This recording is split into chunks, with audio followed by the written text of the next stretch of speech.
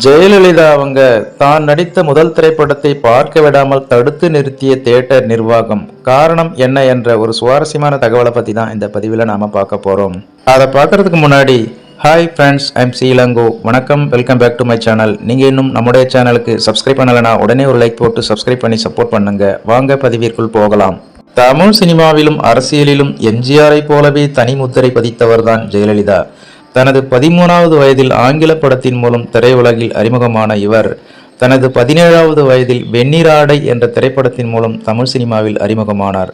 அதன் பிறகு எம்ஜிஆர், சிவாஜி என முன்னணி நடிகர்களுடன் இணைந்து பல வெற்றி படங்களை கொடுத்தவர்தான் ஜெயலலிதா அவர்கள். பல வெற்றி திரைப்படங்களை கொடுத்திருந்தாலும் ஜெயலலிதா தான் நடித்த முதல் திரைப்படத்தை தியேட்டரில் பார்க்க அனுமதி கிடைக்காமல் தவித்துள்ளார் என்பது பலரும் அறியாத ஒரு தகவல். அதாவது தமிழ் சினிமாவில் புதுமை இயக்குனர் என்று அழைக்கப்படும் ஸ்ரீதர் வெண்ணிராடை திரைப்படத்தின் கதையை எழுதிவிட்டு ஒரு இளம் நடிகைக்காக தேடுதல் வேட்டையில் இறங்கியுள்ளார். அப்போது ஒரு நாள் நம்பியார் தனது நண்பர்களான ஸ்ரீதர், சித்ராலயா, கோபு, நடிகர் கோபாலகிருஷ்ணன் ஆகியோருடன் ஒரு நீச்சல் குளத்திற்கு சென்றுள்ளனர். அப்போது ஒரு பெண் நீச்சல் உடையில் குளிக்க வந்ததை பார்த்த இவர்கள் இந்த பெண் நமது திரைப்படத்தில் நடித்தால் நன்றாக இருக்கும் என்று நினைத்து இந்த பெண்ணை நடிக்க வைக்க என்ன செய்யலாம் என்று யோசித்த போது நடிகர் கோபாலகிருஷ்ணன் ஜெயலலிதாவின் குடும்ப நண்பர் என்பதும் ஜெயலலிதாவின் அம்மா சந்தியா நாடக நடிகை என்பதும் தெரிய வந்துள்ளது. அதன் பிறகு நடிகர் கோபாலகிருஷ்ணன் ஜெயலலிதாவின் அம்மா சந்தியாவிடம் கேட்க ஜெயலலிதாவின் அம்மா சந்தியாவும் புரிந்து கொண்டு ஜெயலலிதாவை நடிக்க அனுப்பியுள்ளார்.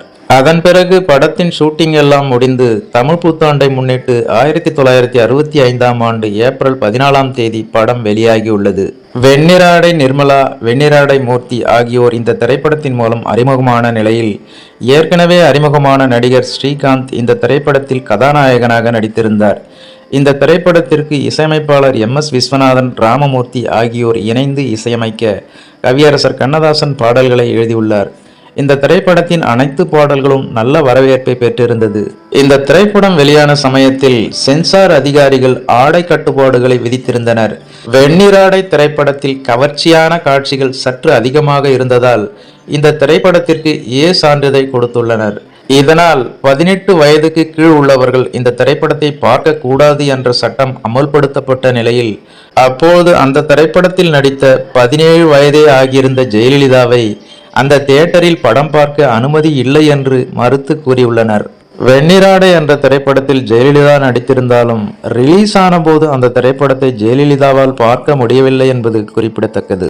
ஓகே ஃப்ரெண்ட்ஸ், இந்த ஒரு சுவாரஸ்யமான தகவல் உங்களுக்கு பிடித்திருக்கும் என நம்புகிறேன். மேலும் இது போன்ற வேறொரு சுவாரஸ்யமான தகவலுடன் சந்திக்கலாம். அதுவரை உங்களிடமிருந்து விடைபெறுவது I'm C Ilango. Thanks for வாட்சிங். See you later. Bye bye.